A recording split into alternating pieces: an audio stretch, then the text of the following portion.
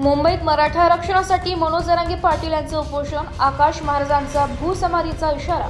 मराठा आरक्षणाच्या मागणीसाठी आझाद मैदान येथे सुरू असलेल्या मनोज जरांगे पाटील यांच्या आमरण उपोषणाचा आजचा दुसरा दिवस आहे। या आंदोलनाला प्रचंड जनसमर्थन लाभलं असून लाखो मराठा बांधव आझाद मैदानावर उपस्थित आहेत। मनोज जरांगे पाटील यांच्या आरक्षण लढ्याला वेग येत असताना आकाश शिबलापूरकर महाराजांनी सरकारला कठोर इशारा दिला।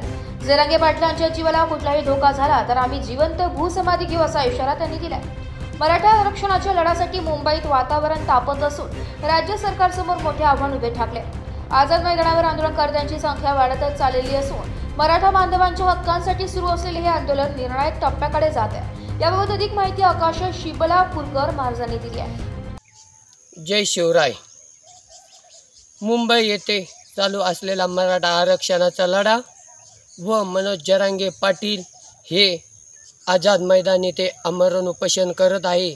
या सरकारने जर काही षडयंत्र रचून त्यांच्या जीवाला व त्यांना जेलमध्ये टाकण्याचा प्रयत्न केला व त्यांना दवाखान्यामध्ये नेऊन मारण्याचा प्रयत्न केला तर मी आकाश महाराज जिवंत भूसमाधी घेणार आहे।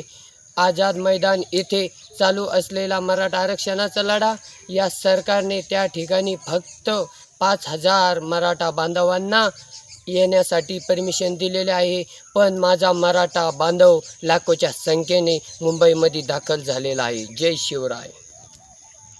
रिपोर्ट नाशिक लोकशाही न्यूज नाशिक।